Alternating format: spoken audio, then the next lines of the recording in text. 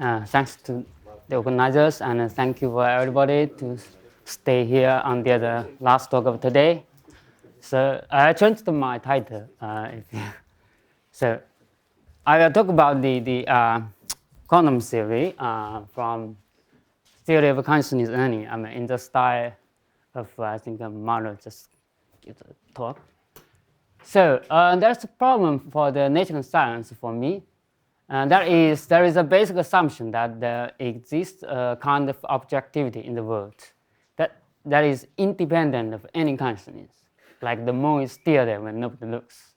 But the problem is how could one verify such objectivity? Because so human beings can only perceive any existence of objectivity by their own consciousness. So it's possible that objectivity is just a kind of illusion.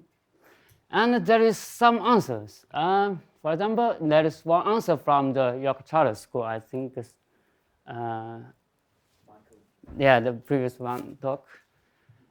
The York Charter School is one of the two main branches of Mahayana Buddhism, and which is also called, in English, like a mere consciousness or consciousness only.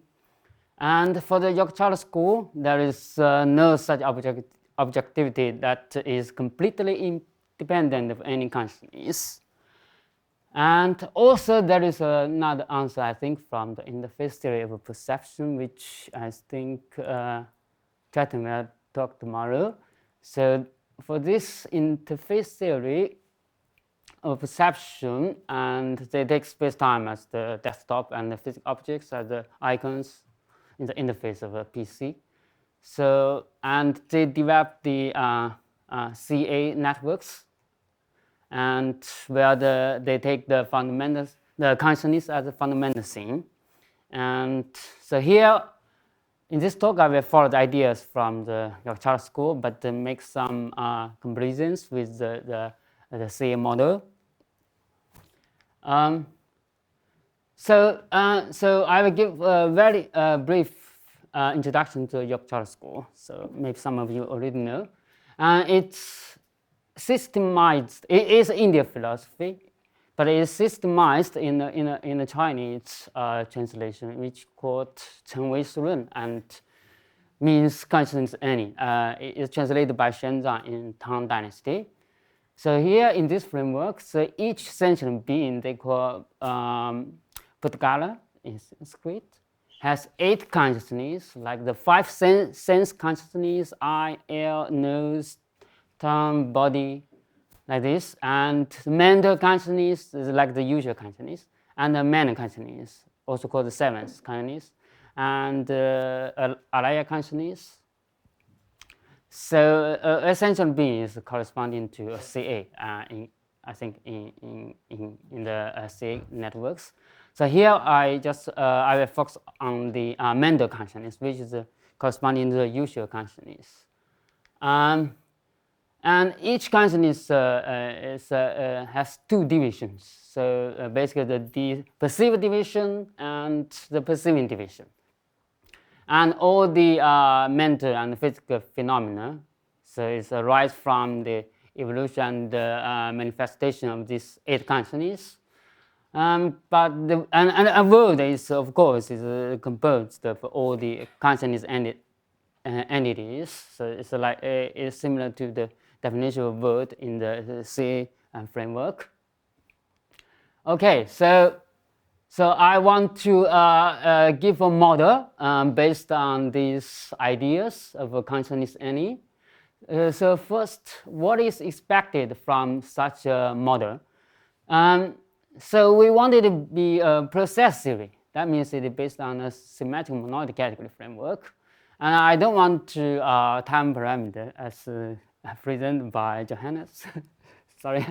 And I don't want the probability at the beginning. And also I want the quantum theory, not quantum mechanics, it's quantum theory, derived from such a model that we can explain the objectivity phenomenon. So that's the aim. And so what should we do? So it's like this. So first, everything is a process. So of course, including empty processes. And since we have the experience of time, so where does time come from? So basically, it should be in the consciousness any theory. So time should come from the processes which happen one after another. So that means in this model we need the sequential composition of mental of consciousness processes. That is like this. Sorry, is it the point that I want? Yeah, it's fine. This we need a sequential composition, which means one after another. So time will come from this sequential composition. And so also we have the experience of noting different parts of a scenario at the same time, and which means their consciousness processes happen simultaneously. So that means we need the parallel composition or tensor composition of the processes. So in a diagrammatically, I put the two processes just one in parallel with another one. And also, so we have experience that one object is on the left to another one. That's a position, relative position, and exchangeable. So this suggests us a swap process such that we have this diagrammatic equality. That means we can slide this across the swap. Oh, this one. It is like more said is a naturality. And also, space and time. So in the phenomenon world, there are a unity, like in the Einstein's relativity theory. So the corresponding causing process, which causes space and time, in the consciousness, this should also be a unity, which means in the sense that they are mutually convertible.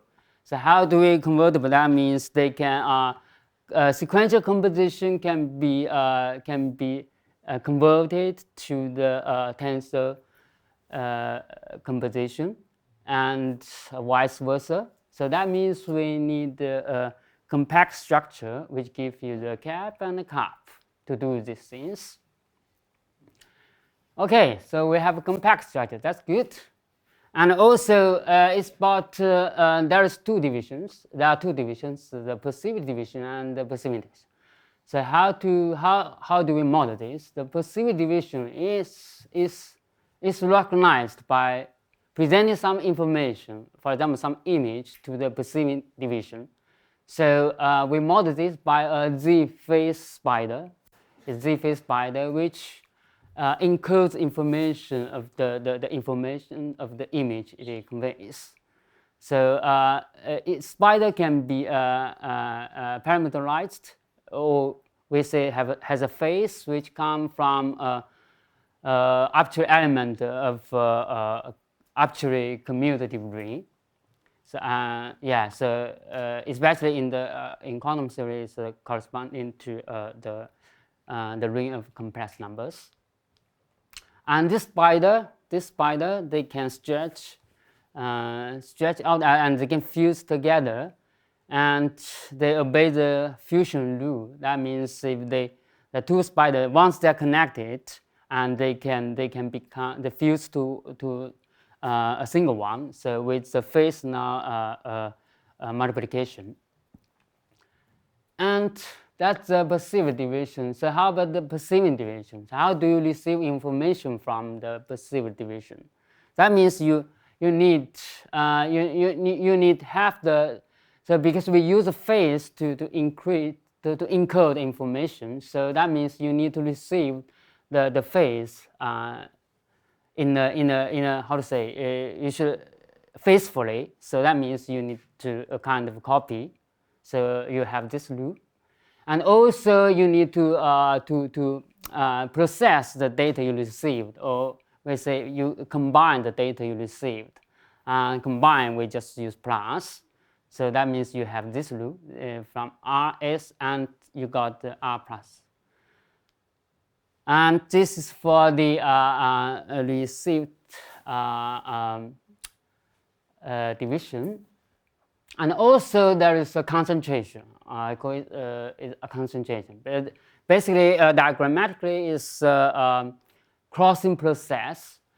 And this one is different from the swap. It only allows the perceived information to go through. So this is a concentration. So that means here you can only allow this Z phase to go through the cross. Similar this way.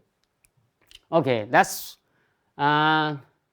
the crossing is the concentration. So that means we have the everything we need for the to compose the so-called ZW calculus that is I think is invented by Amar, and but is based on the previous work by which called GHZW calculus. It's invented by Bob Cook and Alex Kissinger. And also there is you can see from these papers or theses, there is you can see the framework of ZW calculus. And this calculus has a standard model, which is just the quantum theory. It's the qubit quantum theory. And this model is sound, universal, and complete. Which sound means because it has standard model, and that means if you give each diagram equality, the semantics in the standard model, it still holds. And universal means you can represent any equality, any linear map in the standard model into a diagram in ZW. And complete means so everything that you can derive in the standard model can be also derived in these calculus by rewriting rules. So it's so that means this from this basic assumptions and also reasonable assumptions, we can derive ZW calculus, which is how to say, is a categorical style description of the quantum theory. And also this quantum theory, we can see, is independent of any individual, right? So that means they, for every individual, for every station being, for every entity, so they have the same theory. So that means, which means we attend at the kind of objectivity. And so next we would like to assign a matrix, some measure matrix to the experience of consciousness, and to maybe do some experiment to make comparisons to other models like the CA model. Yeah, that's the plan. So that's it. Thank you.